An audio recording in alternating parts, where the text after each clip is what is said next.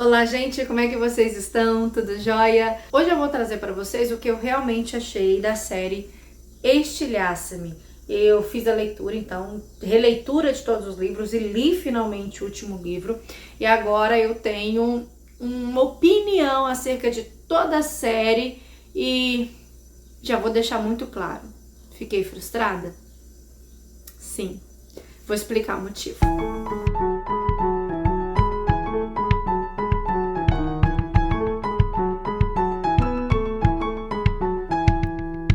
Só quero te lembrar de você se inscrever aqui no canal, dar um joinha desse vídeo e também ativar o sininho de notificações para ficar por dentro de tudo. Sempre que eu postar vídeo aqui, você ser avisado. Aproveita também, já me segue aqui nas minhas redes sociais. Eu tenho 2 vídeos aqui no canal que falam um pouquinho dessa série aqui, a série Estilhaça-me. E o meu primeiro vídeo no canal eu estava completamente apaixonada, devotada. Eu tinha lido apenas até Restaura-me. E eu estava realmente muito apaixonada por essa série. Encantada. Mas meu outro vídeo eu trouxe também com informações sobre Desafia-me. O tanto que Desafia me deixou super curiosa. E finalmente agora eu li Imagina-me e tenho a minha opinião acerca de toda essa obra, do que a autora criou desse universo e, infelizmente, quantos buracos a autora deixou nessa série. Desde o primeiro livro, desde Estilhaça-me, é muito claro que fica algumas fendas na história, algumas coisas que não são explicadas no primeiro livro, mas a gente pensa, no segundo vai explicar. Mas quando a gente lê o segundo, não é explicado algumas coisas, principalmente o nosso amor pelo Arne, porque também que ela sente mais química com o Arne do que com o Adam, que seria o par ideal da Juliette. Mas aí quando a gente lê o conto do Arne, que é o Destrua-me, a gente entende que o Arne não é em si um vilão totalmente. Apesar de eu dizer até o final da história, em qualquer vídeo dos meus stories, que ele é o vilão, porque eu não quero dar esse spoiler para quem não leu a série, né, e poder se surpreender com o Arne, eu sempre cito ele como vilão e não como anti-herói, que na verdade o Arne é um anti-herói, é aquele vilão que anda em cima da corda bamba e que tem, de certa forma, boas ações, mas ele não deixa de ser um vilão. Então, o Arne, pra mim, eu sempre vou citá-lo como vilão na história, apesar que nós temos um vilão muito maior, um vilão acima dele, um vilão realmente de fato nessa história, mas todos os meus vídeos anteriores eu sempre cito o Arne como vilão para não deixar muito claro esse spoiler. Aqui eu posso ser bem clara, porque aqui vai ter spoiler a rodo. Aqui esse vídeo é totalmente de spoilers para quem já leu a série completa e quero saber, né, principalmente se você se frustrou ou não com essa série, porque eu deixei claro no início do vídeo que me frustrou. Eu quero saber de você, já comenta aqui pra mim, já coloca nos comentários qual foi seu sentimento com o final da série, se você sentiu que a autora fechou ou não a série com louvor, tá bom? Então, quando a gente termina a leitura de Estilhaça-me, é importante sim ler o conto da Destrua-me pra gente entender a complexidade aqui entre o início do triângulo amoroso, entre o Arne e o Adam. E com o conto do Ada, a gente entende um pouquinho sobre o restabelecimento, que é o regime que existe nesse mundo, é um mundo distópico, né? Então, o que está acontecendo no mundo? Porque a Juliette estava presa, ela não tem essa visão de mundo. Aqui é aquele primeiro passo que a gente começa a se apaixonar pela série e até aqui tudo bem. Depois disso, passamos para Liberta-me. E aqui a autora, ela faz uma mudança muito brusca, porque a Juliette conseguiu fugir do restabelecimento, conseguiu fugir do Arne, ficou com o Ada em um complexo de rebeldes, de pessoas que são contra o regime, e lá ela descobre como controlar os seus poderes e descobre que o Adam também tem o poder, que o poder do Adam é de desligar poderes de outros seres não naturais. Por isso que ele inclusive pode tocar nela, que a gente descobre isso no primeiro livro, que o Adam pode tocar na Juliette. Então a gente descobre que ele tem o poder de desligar. Então qualquer pessoa que toca nele, ele desliga o poder da pessoa, ok? Só que aqui a gente estava se apaixonando pelo Adam, começando a gostar dele, é que a autora simplesmente meio que muda a personalidade do Adam, torna ele meio obsessivo, meio triste, meio desesperado, uma pessoa assim, que você não quer proximidade, você quer distância. Eu não gostei muito da forma brusca que a autora já fez a gente desgostar do Adam. E isso é reforçado no conto do Adam, Fragmenta-me. Parece que a autora deu ranço, quer que a gente tenha ranço assim como ela teve ranço do Adam. Então ela já começa a colocar coisas pra gente não gostar do Adam, coisas tão superficiais, tão tolas, mas ela começa a trabalhar isso dentro da gente. Só que nessa parte aqui, o que me pegou? Os rebeldes têm acesso a alguns conhecimentos do restabelecimento que eles não te deixam muito claro e você meio que fica a ver navio, sabe? É uma coisa assim que eu não gosto muito, porque a autora, ela fica retendo informação demais, que às vezes pra gente compreender melhor a história, era melhor ela lançar, não ia prejudicar a história, mas ela fica retendo informação. Isso me estressa um pouquinho. Ok, a gente termina Liberta-me com a Juliette saindo lá do espaço, né, onde os rebeldes ficavam, porque o reestabelecimento descobriu, bombardeou tudo. Quem salva a Juliette no final? O Arner. Ele encontra e a salva. Terminamos dessa forma. Partimos então para mim, o melhor livro de toda a série, que é Incendeia-me, onde aqui, de fato, vamos ter o encontro pessoal, introspecto do Arner e da Juliette. Ela fica meio que presa no quarto dele, lá dentro do estabelecimento, enquanto ela se recupera né, ela teve um acidente lá, ela recebeu um tiro e tal. Enquanto ela se recupera, a gente descobre que o Arner tem um dom, também pode tocar nela, ele não morre se tocá-la. O dom dele, na verdade, é de potencializar os outros poderes. Então ele toca nela, ele consegue pegar o poder, transferir para ele e executar o mesmo poder. Qualquer poder de qualquer ser sobrenatural. Porque o Ada e o Arner têm o mesmo poder. No fim do Liberta-me, a gente descobre que os dois são irmãos. Mas isso significa o motivo deles terem poderes ou não? Então isso meio que serem irmãos é uma justificativa, a gente não sabe. Como eles adquiriram esses poderes, a gente não sabe. E aqui a Juliette vai se apaixonando pelo Arner. E aqui a gente toma mais ranço, dobro o cubo do Adam. E o Adam começa a se apagar da história, começa a ficar de escanteio. E o Kenji, que é o melhor amigo da Juliette, vai ganhando também em força, ele ganha mais espaço dentro da leitura, porque ele se torna o ombro amigo em que a Juliette vai chorar suas dores. E o Arner, também a gente vai conhecendo um pouco do intelecto dele, porque tem narrativas na voz do Arner, e a gente vai se apaixonando perdidamente pelo Arner. Esse livro aqui termina com ela, a Juliette, destruindo o chefão do restabelecimento, que é o pai do Arner, o Anderson, o Paris Anderson. Ela mata ele e se decreta comandante suprema da América. A história termina assim. Quando acaba Incendeia-me, a gente não tem um segundo conto, um terceiro conto, quer dizer. Então a gente tem que partir direto pro livro Restaura-me. Aqui em Restaura-me, gente, a gente praticamente mal vê o Adam. O Adam foi literalmente apagado. O que a gente sabe é que o Adam virou, tipo, super depressivo, porque um pouco triste com a morte do pai, sendo o pai dele, o Anderson, né? Um cara super do mal, super maligno, meio que ele um pouco sofrido. O Arner também meio que na corda bamba. Ai, meu paizinho, apesar de tudo, era meu pai. Nesse sofrimento meio idiota, porque os dois sempre queriam matar o pai morre, daí eles ficam assim. Isso me deu um pouco do ranço. E a Juliette agora, chefona do restabelecimento, ela meio que tem que descobrir e conviver com toda a parte burocrática. Aqui a autora meio que joga na nossa cara a parte burocrática de um regime, que é um saco. É um saco. 50% da história é um saco. E a Juliette conhecendo outros comandantes supremos, outras pessoas do restabelecimento, e meio que, ai meu Deus, será que eu visto essa roupa aqui ou não? Como é que eu me porto? E meio que se sentindo insuficiente diante dessas pessoas. E ela é a fodona, a dos poderes, e se sentindo ruim porque ela não tem uma roupa top igual o fulano lá que se veste bem. Meio que a gente toma um rançozinho aqui. E ela recebe um tiro aqui que parece que as memórias dela começam a voltar. Memórias que ela tinha perdido. Quem deu esse tiro nela? Do nada. Então assim, fica muita coisa a ver navios. E a história termina com ela, tipo, super estressadona, falando, tô estressada, vamos fazer uma reunião aqui, porra louca, vou falar aqui um monte de coisa pra todo mundo escutar.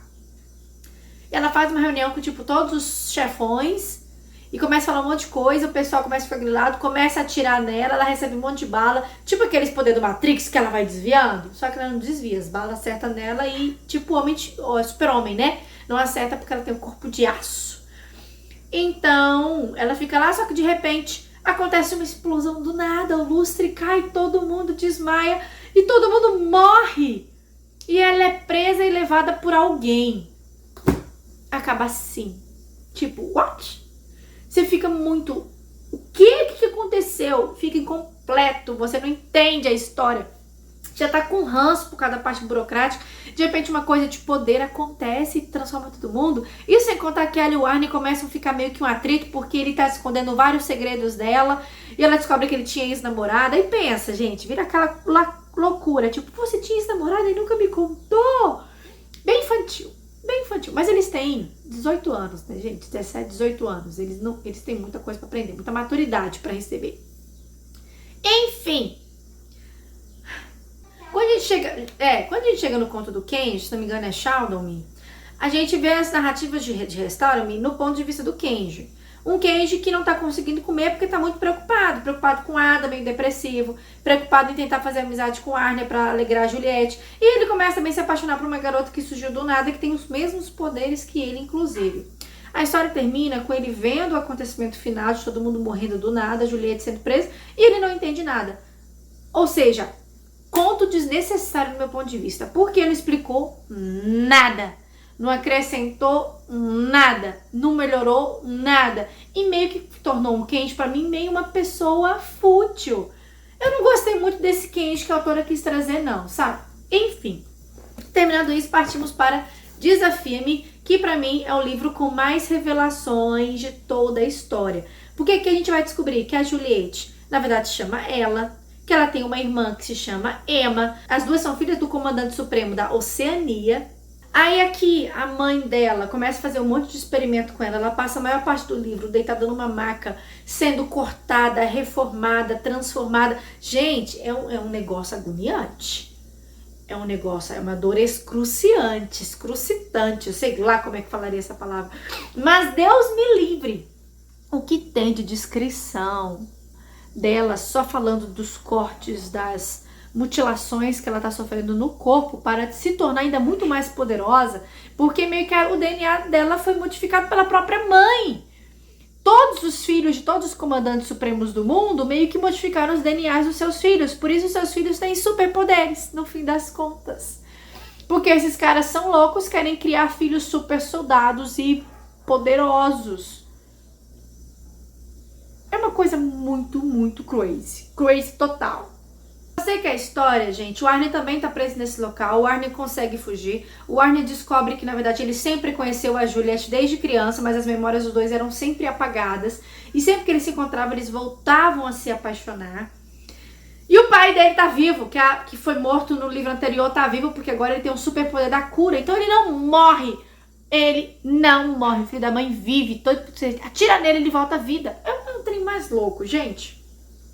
Só sei que o Kenji consegue resgatar a Juliette, consegue resgatar o Arnie, todos eles fogem, o avião deles destruído e eles caem no outro acampamento de rebeldes, que se não me engano fica perto lá da Oceania, sei lá a distância, mas eles caem no outro acampamento lá de rebeldes, que é de uma menina que ela tem um poder lá de modificar a luz e consegue proteger todos eles. O livro acaba com eles nesse novo acampamento de rebeldes. O Arnie e a Juliette se reconciliam, trocam confidências, descobrem que realmente eles sempre se amaram, amor acima de tudo, e ele pede ela em casamento. É a parte mais fofa do livro? É a parte mais fofa do livro. Mas fora isso, gente, deixa um monte de dúvidas. Por quê? Porque o que eles querem? Que a irmã da Juliette, a Emma, que tá lá vivendo sob um tanque submersa, ela tá morrendo, e ela tem um poder de psicose, psicocinese, quer dizer que ela tem poder de controlar mentes. Então tudo que a gente vê de um mundo destruído, acabado, desse mundo distópico que tá o mar sujo, né, de poluição, das árvores morrendo, na verdade é tudo a mente dela que tá transformando o mundo assim, para as pessoas do mundo inteiro acreditarem nisso e apoiarem esse regime, que é o restabelecimento, para eles continuarem no poder. E eles querem então pegar o corpo da Juliette, torná-lo forte, para pegarem a mente da Emma e colocar na cabeça da Juliette. E assim a Juliette conseguir controlar, ter uma mente super poderosa e o corpo forte para poder suportar essa mente e continuar transformando o mundo na mente das pessoas do mundo inteiro. Ai, deu pra entender? Ficou uma loucura, né? Eu tenho certeza que ficou muito difícil de entender. Que é, gente, então quando chegamos em Imagina-me, que a gente tem tudo isso de história, todas essas coisas aconteceram, e agora, como é que a autora vai resolver toda essa enrolação, todas essas informações em um único livro. Isso sem contar, gente, que no livro anterior, no Desafia-me, não cita o Adam, tá? O Adam sumiu, o Adam desapareceu. Você termina o livro e fala, e o Adam? E o Adam? A autora simplesmente esqueceu o Adam. Aqui a gente descobre que, na verdade, o Adam procurou o pai dele, né? Sabendo que o pai estava vivo, não morre. E eles têm um irmãozinho mais novo. E ele falou, olha, eu vou me entregar pro senhor, se eu garantir a proteção do meu irmão. O Adam é burro, é idiota, é trouxa, porque o pai dele é tipo um vilão dos mais vilânicos, o Anderson, e ele se entrega pro pai fazer ele como experimento, a troca de salvar o irmãozinho. O irmãozinho ficou preso, gente! O Adam cagou na maionese, viu? Mas, enfim, a autora, ela meio que...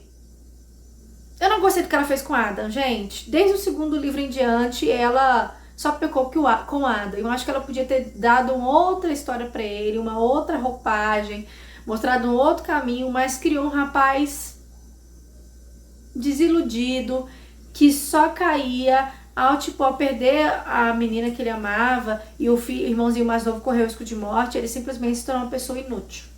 Inútil. Então, assim, eu fiquei muito triste com o desfecho do Adam, sabe? O caminhar do Adam na história. E imagina-me, a Emma encontra a Juliette lá nesse refúgio dos rebeldes, encontra por mente, tenta puxar a Juliette, nós temos ali uma visão distorcida do mundo, de árvores se dobrando, o céu caindo, o chão levantando, erupções, explosões, terremotos.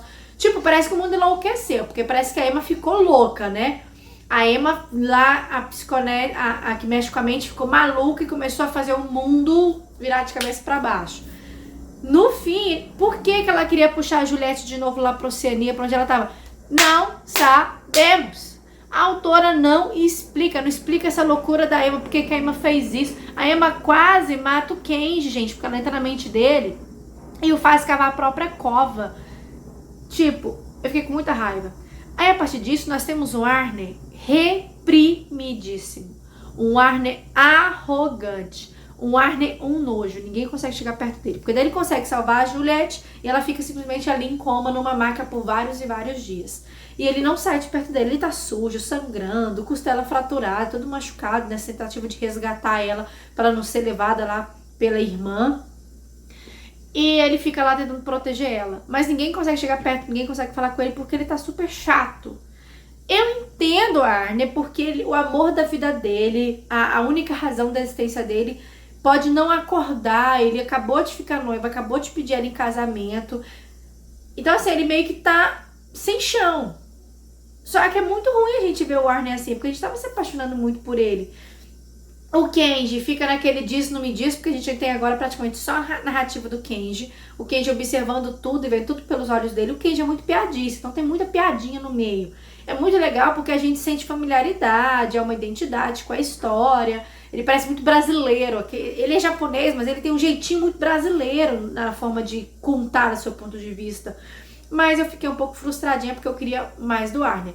Quando a Juliette acorda, ela não é ela. Eu acho que a mente da irmã continua nela. E daí vira uma coisa mais estranha. No que ela acorda, o Anderson descobre onde estava o acampamento dos rebeldes e invade. E o Arne, gente, o Arne vira realmente aquele cara que ele nasceu para ser. Ele começa a lutar.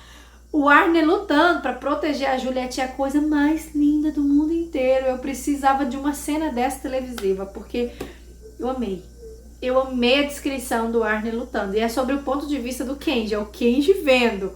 Então, se o Kenji via nessa magnitude, imagina como a situação era de verdade. Ele lutando é a coisa mais linda. Linda no sentido assim, de ferocidade, de movimentos realmente de luta incríveis, né? Nesse sentido. Mas aí, se eu sei que o Anderson consegue derrotar todo mundo, leva a Juliette com ele de refém. Ou seja... tudo isso pra nada. Primeiro, como é que o cara descobriu o acampamento dos rebeldes? Não conta. A gente não sabe como ele chegou lá. Como ele conseguiu achar o corpo da Juliette e raptar e levar? Não sabemos como ele conseguiu. Como ele derrotou o Arne? Não sei! Não conta! Isso me frustrou demais. Aí fica aquela coisa de agora a gente vai atrás da Juliette, não vai, fica aqui, não vai. Só sei que daí o Arner, o Kenji e uma menina lá, que é uma filha também de comandante supremo, que virou pro lado dos rebeldes. Vamos junto, nós três, a gente vai invadir o centro de comando e resgatar a Juliette. 3 pessoas só vão fazer isso. Eles roubam um avião. Como eles roubam um avião? Não conta. Não conta. Só sabe que alguém ajudou. Pronto. Então, assim, fica umas coisas muito frustrantes, porque a autora, de repente, não conta. Não, gente, ela não conta como as coisas acontecem. Isso me dá uma agonia suprema, porque pode pirlim-pim-pim? Entenderam? Entenderam como é que tá o sentimento? Enquanto isso, o Anderson, que raptou a Juliette, faz todas aquelas mutilações, amputações, tudo de novo. Ela acorda sem saber de nada, achando que ela é só uma soldada do restabelecimento. Ela parece, gente, ela parece um robô. O jeito que ela fala, se comporta igual um robô. No entanto, a gente vai ver aqui momentos que ela, por exemplo, fala assim: estou contando as rachaduras da parede. Já tem 1 hora. Isso era coisa que ela fazia quando ela estava lá no hospício no primeiro livro. Ou seja, ela voltou a ser a mesma pessoa que ela era no hospício, no primeiro livro, igual, idêntico. E eu achei isso interessante na autora, porque a autora mostra que assim que toda a memória dela apagada, ela volta a ter as mesmas atitudes. Ou seja, se ela volta a ter as mesmas atitudes, a descoberta do poder, a descoberta de quem que ela é, tudo vai... É uma coisa cíclica. Então, há uma possibilidade dela descobrir tudo e se apaixonar de novo pelo Arner. Por quê? Porque ela tá passando de novo pelas mesmas coisas do primeiro livro. Então, isso já me deu uma esperançazinha. Eu sei que ela não tem memória. Aí, meio que parece que ela começa a gostar do pai do Arner, que é o Anderson. Só que, gente, explicar uma coisa aqui, que meu entendimento. Que ela começa a ver uma tatuagem nele, achar interessante, a forma como ele se porta, a forma como ele mexe os ombros, a forma como ele olha. Ela começa a perceber detalhes dele, tipo, achar ele atraente. Mas é porque ele é muito parecido com... O filho é muito parecido com o pai. A forma de se portar, de conversar, de agir, de olhar é muito parecido. Então, na verdade, ela está olhando no Anderson o que ela gostava no Arner. Só que ela não lembra do Arner. Então, a mente dela só vem com a mensagem subliminar de que tem algo ali que chama atenção. Só que, gente, é o Arner, não é o Anderson, não é o pai, é o Arner. Então, meu coraçãozinho já foi falando, ela vai se apaixonar de novo. Enfim, eles invadem os 3 o restabelecimento. Os chefes lá dos comandantes descobrem que estão sendo invadidos, leva ela para um outro local, para nesse momento tentar pegar a mente da irmã e colocar dentro dela, porque ainda não tinham feito isso, esse processo que é um processo muito lento, para pegar a mente da irmã e colocar dentro dela. Aí os comandantes começam a brigar, agora não é o momento, vamos fazer um monte de estratégia, vamos matar quem tá invadindo, mas não vamos fazer a mente. Só sei que eles começam a brigar e se matam. Pá! Eles se matam um outro. Só sei que daí o Anderson não morre, né? O Anderson volta à vida. O Arner chega, encontra a Juliette, robô ali olhando a cena. O Anderson meio que tem o controle dela, fala, mate ele. Quer matar o filho, né? Mate ele, mate ele. O Arner e a Juliette começam uma briga insana, uma luta que ela começa a destruir paredes. Gente, ela parece um Hulk. Porque ela dá um soco, ele atravessa as paredes assim, plá, plá, plá. É uma coisa louca. E os dois começam a lutar e vai destruindo o local e vai lutando. No fim das contas, ela começa... Por que ele tá me vencendo? Mas eu sou super poderosa, por que ele tá me vencendo? Ela começa a reparar ele, começa a observar ele e percebe, no fim de tudo, que o amor sempre vence. Ou ele meio que beija ela, abraça ela e ela vai recuperando a memória. E ela começa a lutar contra ela mesma. Ela entra dentro dela mesma, na mente dentro dela mesma e dá um grito absurdo que explode tudo e arranca dentro dela todos os processos químicos que eles fizeram. Ela se arranca, ela tipo se arranha e arranca aparelhos que eles colocaram dentro dela.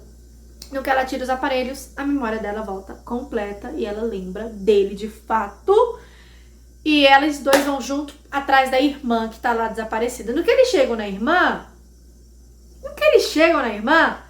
a irmã simplesmente diz que quer morrer. Então a Juliette mata a irmã, porque a irmã já quer morrer, tem anos que ela quer morrer. Ela mata a irmã e leva o corpo e põe fogo em tudo.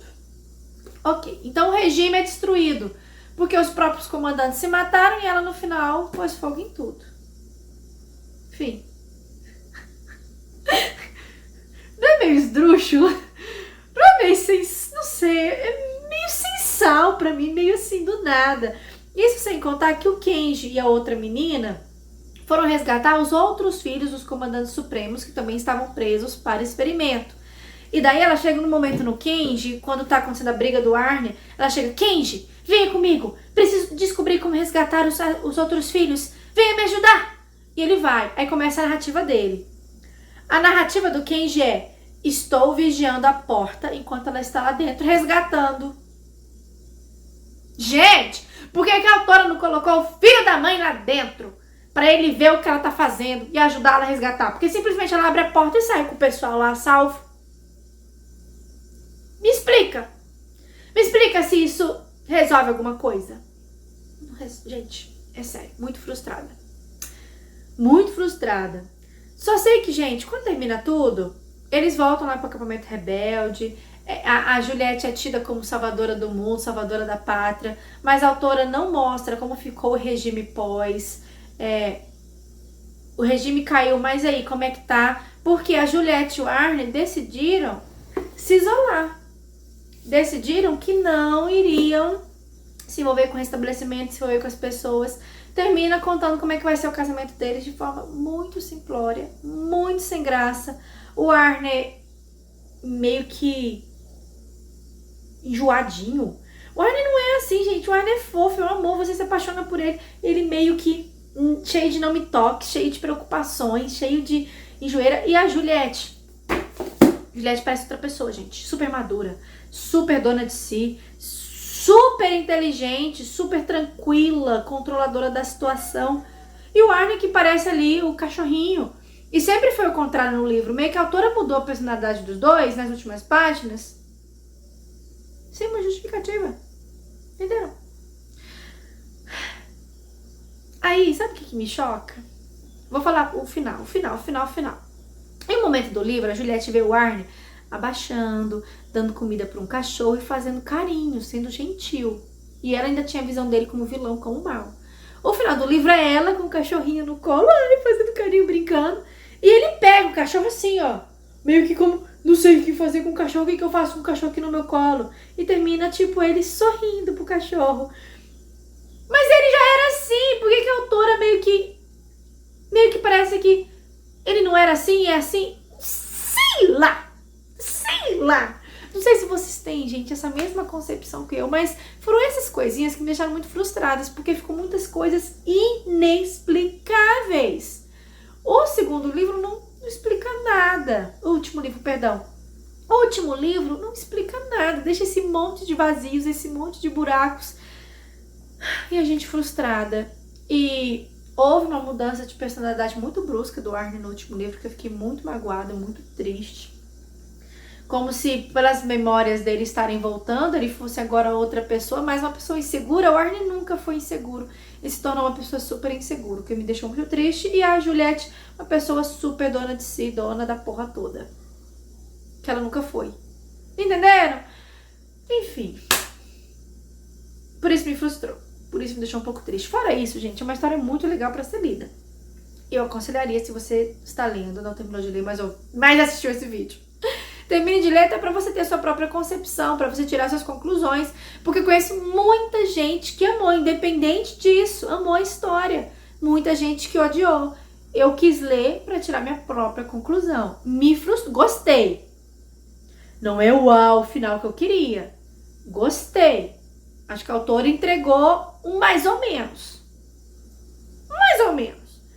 Se ela fizesse um conto posterior, alguma coisa, para justificar várias coisas que aconteceram nesse livro e uma compreensão do mundo como ficou, eu acho que seria extremamente interessante e válido e eu acho necessário. Se ela fizer isso, podemos dar um final digno para a história. Se não, a gente vai ter uma história que terminou mais ou menos cheio de furos e triste para muitos fãs. É isso.